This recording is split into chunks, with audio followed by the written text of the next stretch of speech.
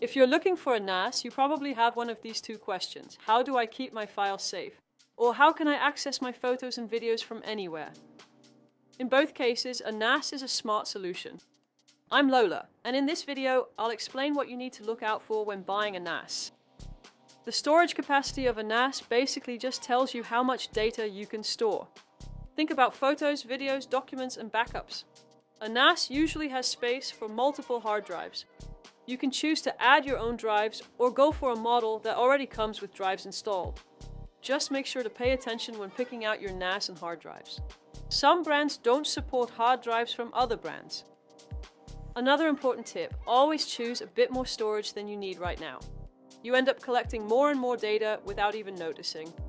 Think about your vacation photos, phone backups, or maybe even security footage if you've connected a smart camera.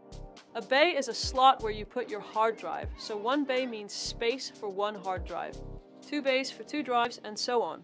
So if you have just one bay, it's as simple as popping in the drive and you're good to go. Simple, but if you have 2 or more bays, you can link drives together for extra storage or added security. With more bays, you can even set up a server for you and your colleagues. With 2 or more bays, you can, for example, set it up so your files are saved twice. If one drive fails, you still have everything safe and sound. This is called RAID, and it's just a smart way to keep your data protected. A NAS is often used to back up your laptop, phone, or even your whole family's devices. Once you set it up properly, it works automatically. So you don't have to remember every week to put your photos on a USB flash drive. Some NAS systems even work together with popular cloud storage services. Think Google Drive or Dropbox. This way, you can keep a copy of your cloud data locally or the other way around.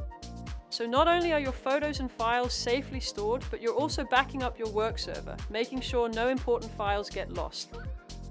Some NAS models even have space for M.2 cache memory. With fast cache memory, you can open frequently used files much faster, since this data is temporarily stored elsewhere. For example, when you and your colleagues need to access the same folders a lot, or when you store all your movies and photos in one place. With M.2 SSDs in your NAS, you can open those files a bit faster and everything runs a lot more smoothly. You can install these M.2 SSDs in the NAS quickly and easily. Usually all you need is a small Phillips screwdriver to secure it. Keep in mind, a NAS doesn't come with M.2 SSDs included, so you'll need to pick those out yourself.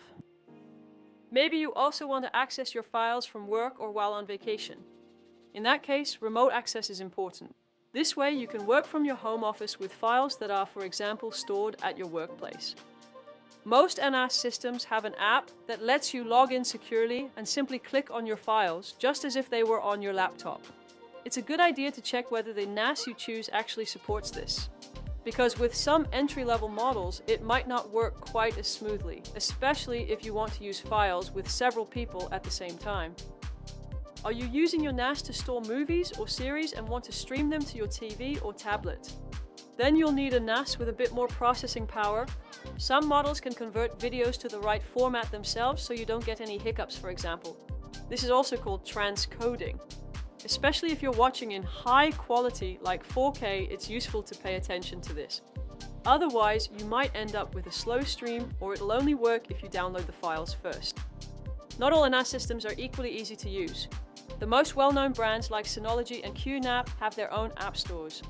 With those, you can automatically back up your photos, use your NAS as a mail server, or even connect security cameras to it. The more apps you have, the more flexible your NAS is. But the more options you have, the more complicated things can get. So if you're mainly looking for something that just makes automatic backups, go for a simple model without too many extras. And finally, security. Because yes, you're putting all your important data in one place, so you definitely want it to be safe. Think of a strong password, 2-factor authentication, and of course, encrypting your files. Most modern NAS systems support all of that, but you usually have to turn it on yourself, so make sure to double check during setup. Whether you have tons of files, want to safely store your photos, or just want to stream movies, the most important thing is that the NAS fits what you want to do with it. I hope this video has helped you get a better idea of that. See you later.